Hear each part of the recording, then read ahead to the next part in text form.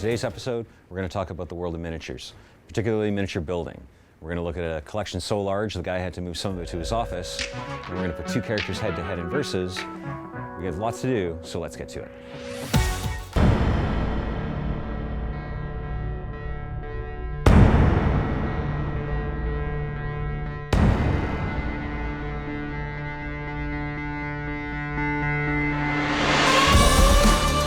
So this is Warhammer 40,000. It's all about combat in the 41st millennium between humans and xeno races. After you've painted up your models, after you've chosen your teams, you build your armies based on point values. Some models are worth more than others. For instance, Space Marines on average about 18 points per character.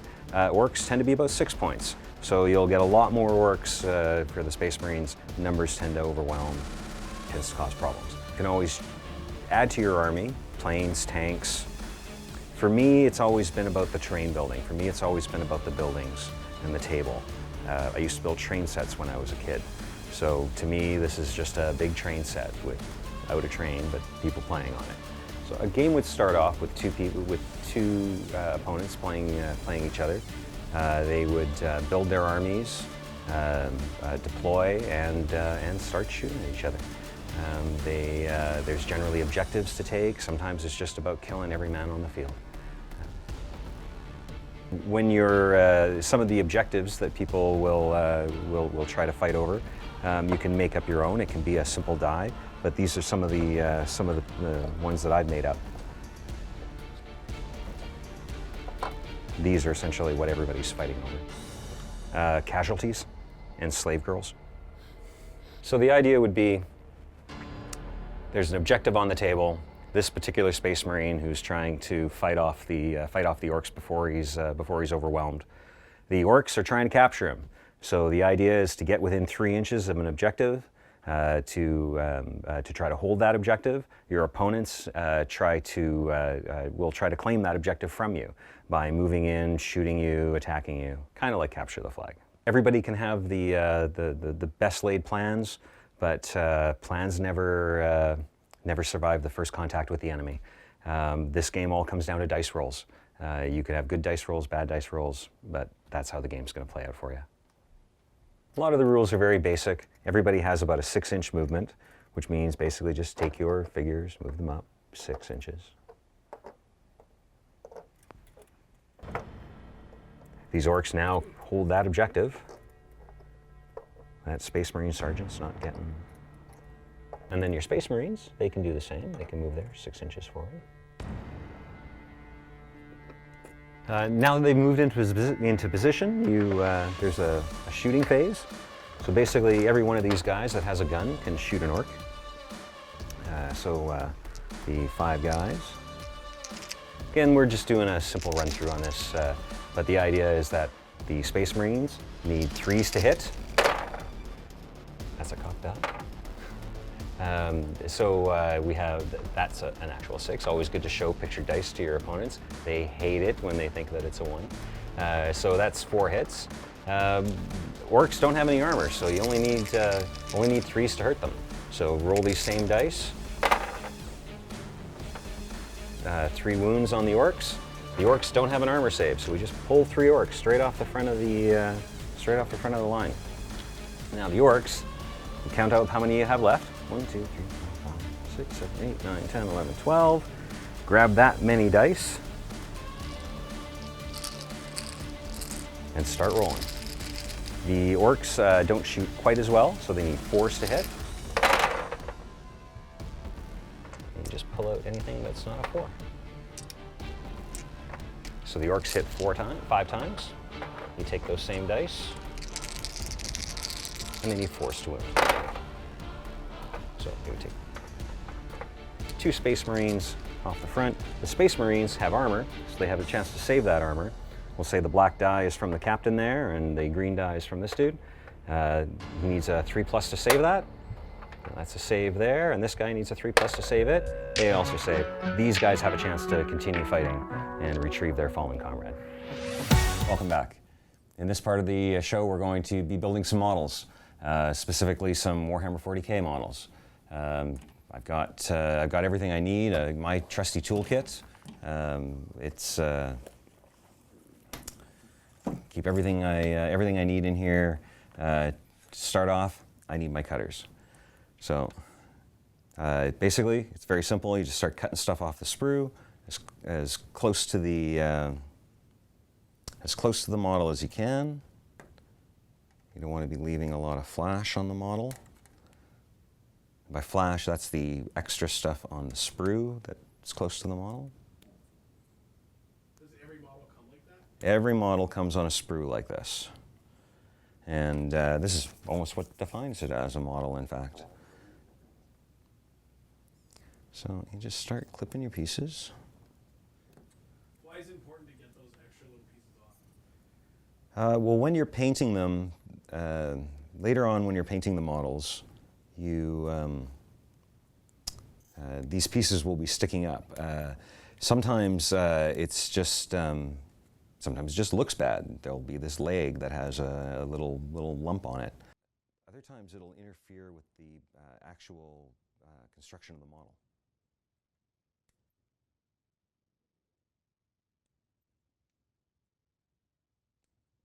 Unfortunately, in the molding process, it isn't perfect.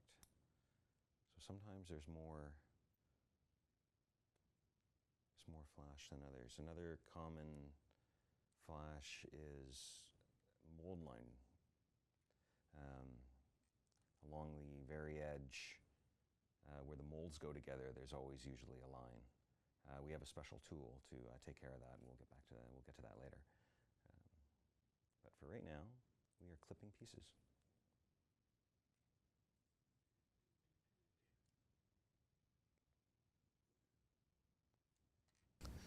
Very good. So I believe I've got all of my pieces. Put that guy aside, and we move on to the construction phase. Pull my files out, and simply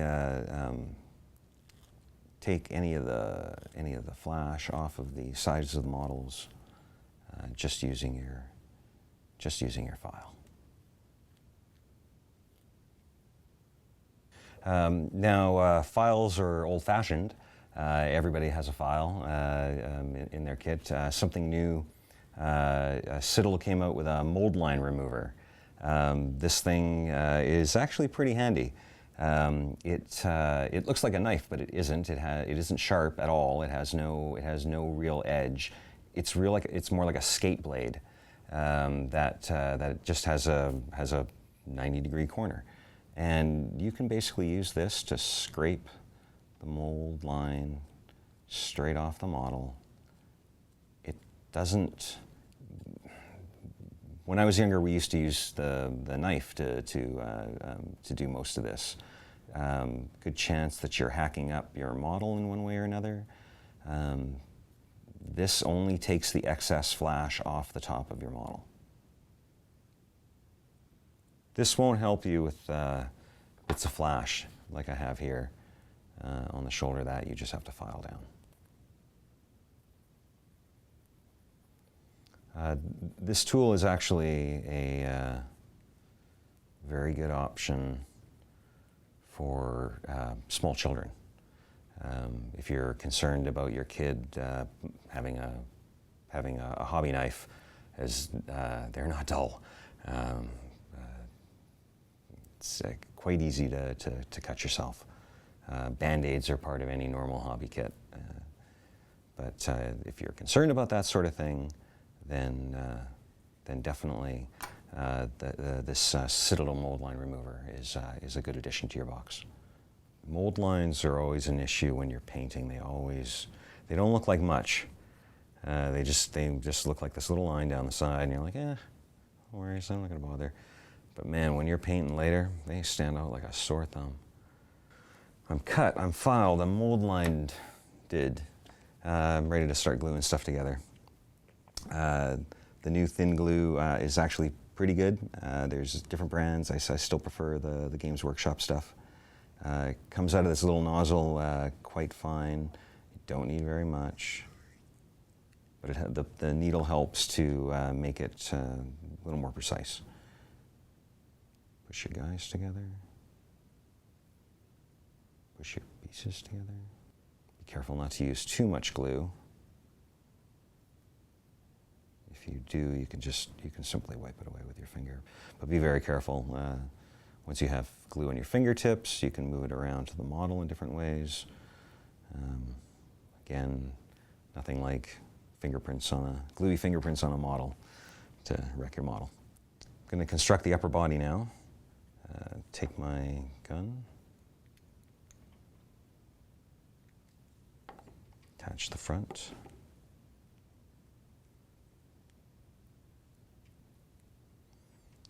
Take my chest piece. I'm going to put the backpack on first. Glue the backpack on. This is a heavy weapon Marine. He has a larger gun, larger backpack as compared to some of the guys like, say, a BAT. Smaller gun, smaller backpack. Got to make sure everything's lined up.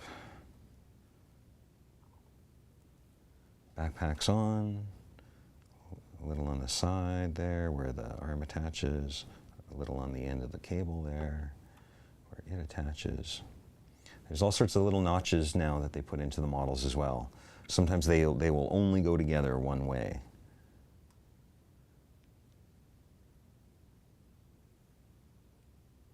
So you just kind of line them all up, give them a bit of a squeeze. It's important that the gun arm goes on the goes on the chest piece properly, because the other arm is designed to hook up down here in the bottom of the gun. And that arm is only so long, so snap that guy into place. The good thing about these multi-level parts is sometimes the part is covering certain things. You might have put a little too much glue on when you were attaching the arm or something. Luckily, this shoulder pad's gonna cover that up too. So the whole upper body is completed. Before I attach him to the legs, I like to attach the legs to the base. Here's my legs. It's got a little diorama piece of a rock that he's standing on. So I'm going to make sure that that doesn't interfere with any of the texture that's already on the base here. That looks like a good spot. Almost looks like it was made for it. Foot there. I'm going to put a little glue on the bottom of the base.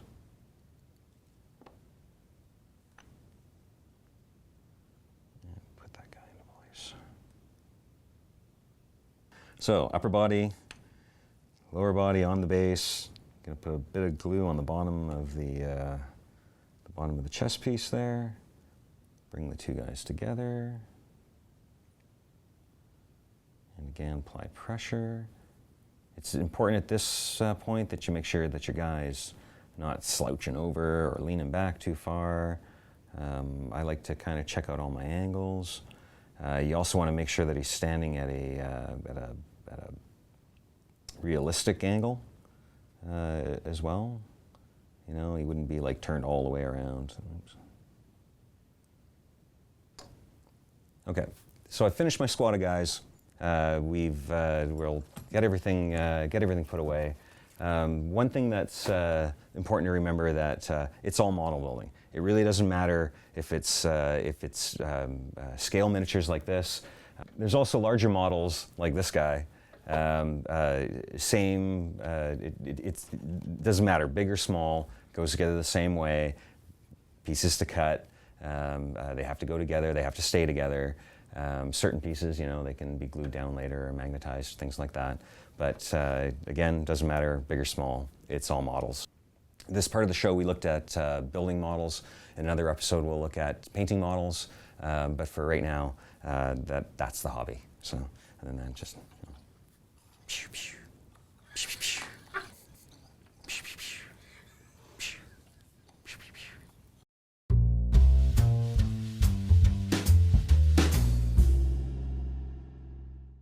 Hey everybody, Nick from across the board here. Today we're going to be talking about Boss Monster.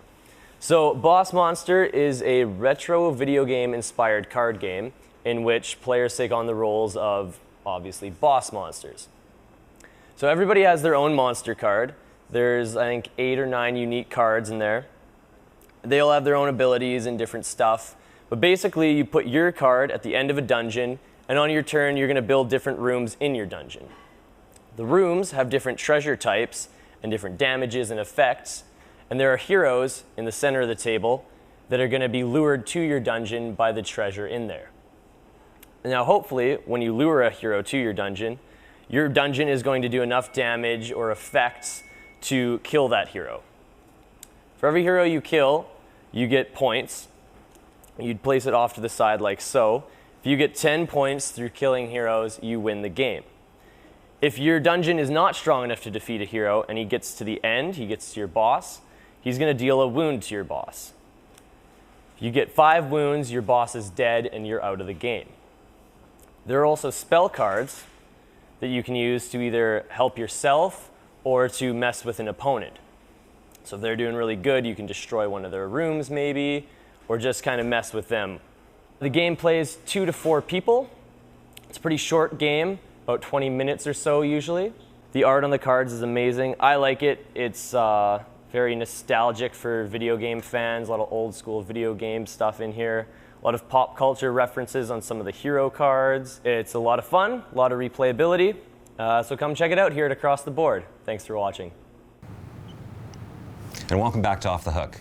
On this segment of The Collector, we're visiting Marv in his office. We're gonna have a look at his collection. How's it going, Marv? Garth, thanks for coming, man. Thank you. Thanks for having us. Well, let's start off. How long have you been collecting? You know what, I'm almost 40 now, but I stopped buying toys, because I'm like, oh no, I want to have a girlfriend. So around the time, I guess I felt I was too old to buy toys, maybe I was 12. By the time I was 14, I'm like, yeah, you know what, I'm a collector, I'm gonna keep buying stuff. Also, girls didn't really like me, so might as well just keep doing that. So how big is your collection? So if I look at this and I combine it with stuff I have at home, I'd say this is about 10% of everything I own. That's not bad. That's not bad. Yeah. You started bringing your collection to your office. Yeah. You started. Like most things, it will start at your computer and start to build out from there. It starts to spread over into your coworkers' areas. What do your coworkers think of your collection? Well, they absolutely love me, so I think that helps. Love me, love my collection. Yeah, no, I mean, it is. This is not like just any other office. This is the creative department. We're tasked with doing creative things here, and all this kind of thing just helps us be more creative. Absolutely, you draw inspiration from a lot of what you have around you. Yeah. Okay, so you've been collecting for quite a while. What's your favorite part about getting a new piece? You know what it is and like there's a few things you can see here that I still have in the package, but I'm not really a kind of guy who keeps things in the package, so I like taking them out. Sure, it doesn't even collect dust if it's still in the package. Yeah, exactly, and you like holding them and it's that new figure smell. The new toy smell. The new toy smell. It's like a new car smell. People like the new car smell, like the new toy smell, and play with it, put it on the coffee table, put it in a different position, put it back until eventually I get tired of looking at it, and then it goes on the shelf. Nice. We used to describe it, action figures actually as pre-painted posable model kits. Yes. So. Yes, I did buy one of the model kits once, and it looked way too complicated. So easier when you just can open them up, take them out of the package, pose them the way you want. Yeah, it did kind of kill the superhero model industry, actually, come to think of it. So the collection at your house starts taking over. You start bringing some of your stuff here. What does your wife think about your collection? She's always been really cool about it. When we moved into our first house, she was like, okay, everything you have stays in the basement, but nary a single action figure comes up these stairs. Sure. And that's what happened here. Recently, we just built a house, so we're in this brand new house. Of course, new house, the basement isn't done, so my man cave is relegated to one of the rooms upstairs, so it's a lot smaller now, which is probably why I'm bringing more stuff in. Sure. But she's still pretty cool, though. I mean, she's given me my own room and, bought me some glass shelves for him, so. Nice. Yeah, you just slowly start sneaking stuff out into other parts of the house. Yeah. And she starts to notice, I just didn't have room for it over there. Now I'm just gonna put this on top of the stove here. Sure. And then, it would be great to hold up all these books as this little statue here. Right? Exactly. Everybody has their own reasons for collecting. What are some of your reasons for what you do? Well, you know what, I grew up around, superheroes and G.I. Joes and Transformers. Like, my parents were 100% on board with latest thing. So, I like collecting. I had a great childhood. It reminds me of my childhood, And like, furthermore, when I look at these action figures, it's almost ridiculous that they just sit on the shelf next to me. So I do stuff like I think of guys like,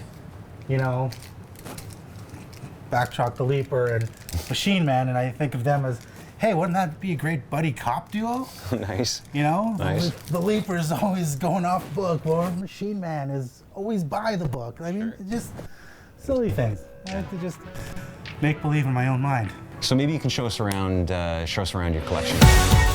This doesn't look like much. In fact, this whole thing is just a bunch of junk I bought at Dollarama, but I put it together because I dressed up as Cobra Commander for Halloween a couple years ago with the full-on, like I built this little throne with the little legs over it, and like, I'm Cobra Commander, I'm Cobra Commander. More like the voice. Oh, and it's just one of those things I couldn't part with, so I kept it, Now that, got my Marvel masks, in case, here's the thing, because I got my Hulk masks, I got my Captain America shield, my Iron Man mask. Like here we do like the presents the advanced screening of Avengers, and the promo people basically, instead of going out to look for props, they just rummage my desk and we're taking the shield and the mask because it's a Hulk movie. So that's what we do. A couple years ago, I got a call from my parents who came back from the States, and they're like, hey, come back from the States, we got you something. And when I showed up, because at the time I was 37, so every 37-year-old boy got what from his parents, what everyone wants is a Transformers Decepticon hat that also transforms. So of course you got to keep that here. A couple of things here. I like having the Marvel movie figures, and so that I got the DC movie figures, and of course I went old school with the Adam West Batmobile and Batman. I'm a big fan of UFC, as you can see.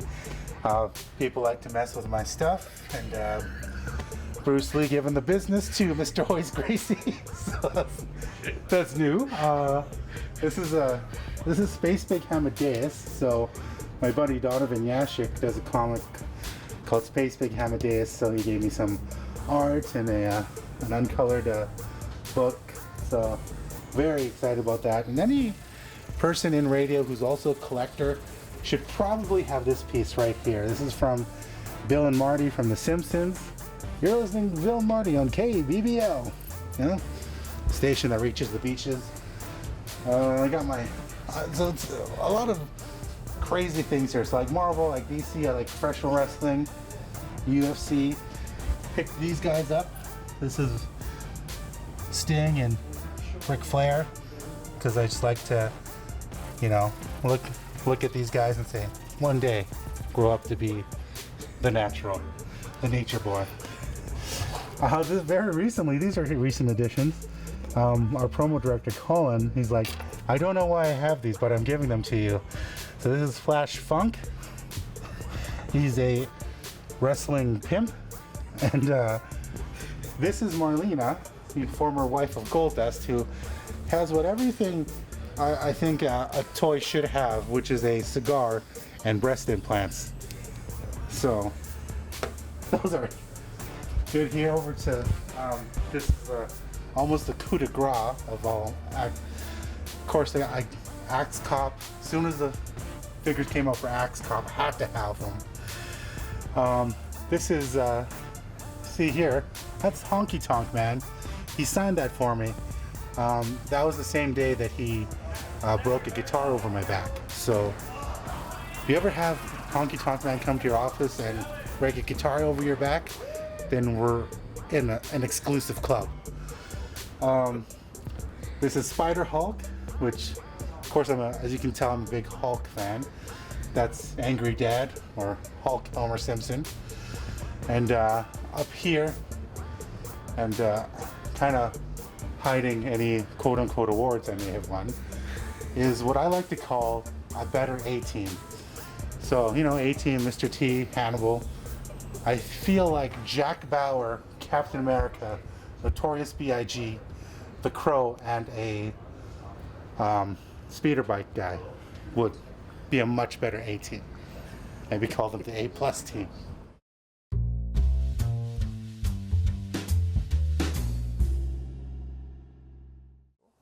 Hi, my name is Clinton from Across the Board Game Cafe, and today I'm going to talk to you about a game called No Thanks.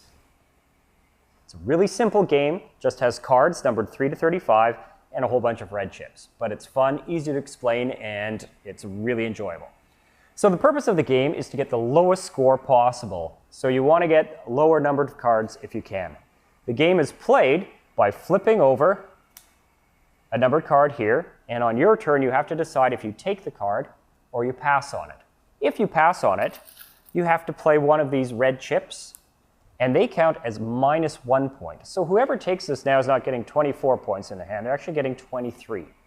The next player could then choose to take this or pass on it. If they pass, they put a red chip on it.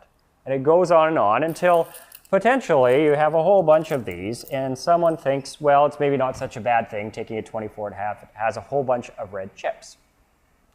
The trick to the game is, though, this 24 may not count as 24, because if you manage to gather a sequence, only the lowest card in that sequence counts. For instance, here, if I were to draw these, that 24 I took with all those red chips actually only counts as 22.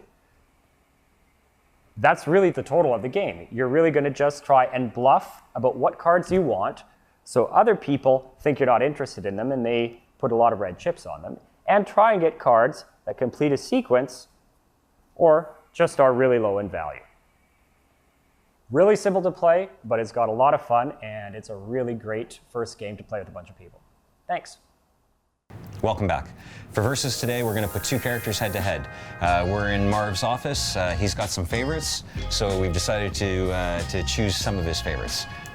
Who would you like to pick for this? I think I got to take the Incredible Hulk. Okay, well, I'm looking around your stuff here, and just to make it interesting, I think I'm going to go with Bruce Lee. All right. Actually, so martial arts versus pure strength. And rage. And rage. I'll let you start. Well, the one thing about the Incredible Hulk is he is the strongest being in the entire Marvel Universe. So I just don't see how Bruce Lee stands a chance against such a mighty individual. Okay, well, granted, he can't take a punch. He would just paste him if he but he has to get hit. Bruce Lee's pretty quick, dodgy, small. Small and fast is going to beat out big and strong in a lot of cases. I can see that. But there's one thing that the Incredible Hulk has more of than Bruce Lee. Gravity? Integrity. Because if he says he's going to smash something, when Hulk says Hulk smash, it's getting smashed. And never did he say Hulk smash, and people are like, yeah, the building is still standing, Hulk. You thought you said you was going to smash it. And he's like, Hulk, maybe smash tomorrow. He's always definitive in that smash. Hulk will smash it. So yeah. He's got more integrity than Bruce Lee. All right, so Bruce Lee, as a pasty spot on the ground, really can't defend himself against Hulk smash. No. Bruce Lee has an advantage with speed, and his size, but yeah, if the Hulk gets a hold of him, yeah, it won't end well, but you know, I gotta give it because I do love Bruce Lee, but you know, if he keeps his distance, gets him off balance, you know, maybe he'll prolong his smashing. Still gonna get smashed though. Still gonna get smashed though. Hulk has strength, Bruce Lee paced. Yeah. Hulk has gravity, Bruce Lee paced. Maybe I really didn't think this out very well. Yeah, it's all right. They're still pretty cool characters. They're still pretty cool characters. Okay, Marv, thanks a lot for allowing us in your office, showing us everything. Thanks for coming by. This has been awesome, man. Great. That's it for The Collector and this episode of Off the Hook. We'll see you next time. Hulk smash!